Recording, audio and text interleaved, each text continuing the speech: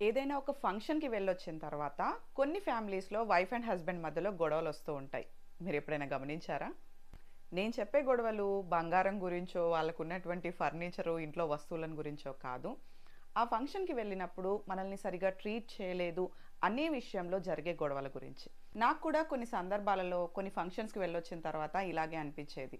అప్పుడు నేను రీసెర్చ్ చేస్తే నాకు అర్థమైందేంటంటే, ఎదుటి వాళ్ళ నుంచి మనకి వచ్చింది ఇన్విటేషనా? లేదంటే వెల్కమా? అనే డిఫరెన్స్ మనం ఫస్ట్ గుర్తించగలగాలి. రెండిట్లో తేడా ఏముంది అంటారా? అదే తెలుసుకునే ప్రయత్నం చేద్దాం. మన పెద్దవాళ్ళు పిలువని పేరంటానికి వెళ్ళొద్దు అని చెప్పేవాళ్ళు. సో అప్పట్లో పిలవడం అంటే ఖచ్చితంగా ఇంటికి ఒక పర్సన్ వచ్చి ఇన్వైట్ చేయడం. కానీ ఇప్పుడు కొన్ని సార్లు ఇంటికి పర్సన్స్ ఇన్విటేషన్ కార్డ్ తీసుకొని వస్తారు. కొన్ని సార్లు మనకి ఫోన్ కాల్ వస్తుంది. కొన్ని సార్లు జస్ట్ వాట్సాప్ మెసేజ్ వస్తుంది.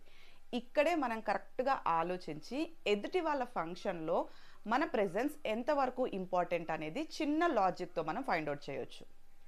మేము పర్సనల్‌గా ఇంట్లో ఫాలో అయ్యే రూల్ ఏంటంటే, మనకి ఎవరైనా ఇంటికి వచ్చి ఇన్వైట్ చేస్తే ఖచ్చితంగా ఆ ఫంక్షన్‌కి మనం వెళ్ళాలి. ఎందుకంటే వాళ్ళు మనకి చాలా గౌరవించారు కాబట్టి మన ఇంటి వరకు వచ్చారు.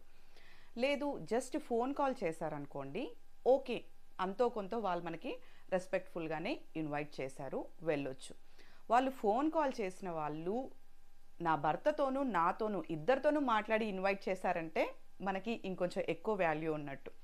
కాల్ చేసిన వాళ్ళు వాళ్ళ తరఫున ఫ్యామిలీలో వైఫ్ అండ్ హస్బెండ్ అవ్వనివ్వండి, ఫ్యామిలీ మెంబర్స్ మాతో కూడా మాట్లాడితే అక్కడ ఖచ్చితంగా మనము వెళ్ళాల్సిందే.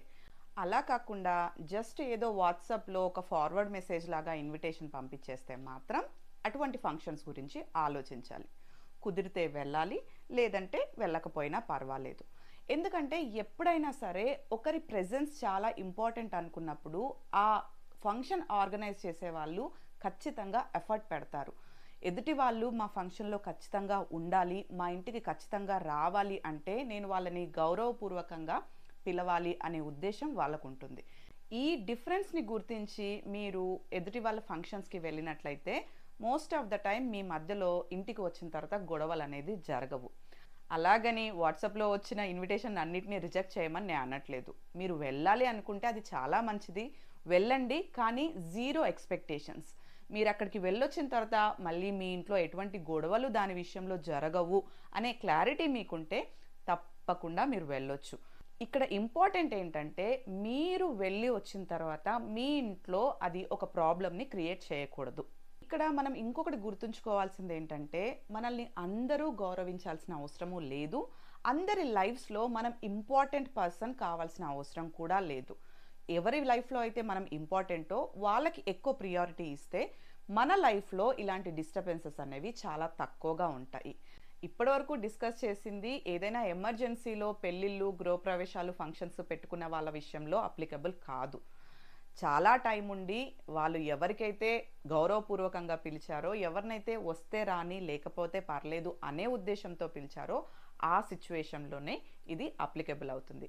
కాబట్టి మీరెప్పుడైనా సరే ఒక ఫంక్షన్ వల్ల మీ ఇంట్లో గొడవలు జరగబోతాయి అని డౌట్ వస్తే దానికి వెళ్ళాలా? వద్దా? అనేది ముందే భార్యాభర్త కలిసి నిర్ణయించుకుంటే చాలా మట్టుకు మీ మధ్యలో వచ్చే మిస్‌అండర్‌స్టాండింగ్స్‌ని ముందుగానే ఆపేసేయొచ్చు.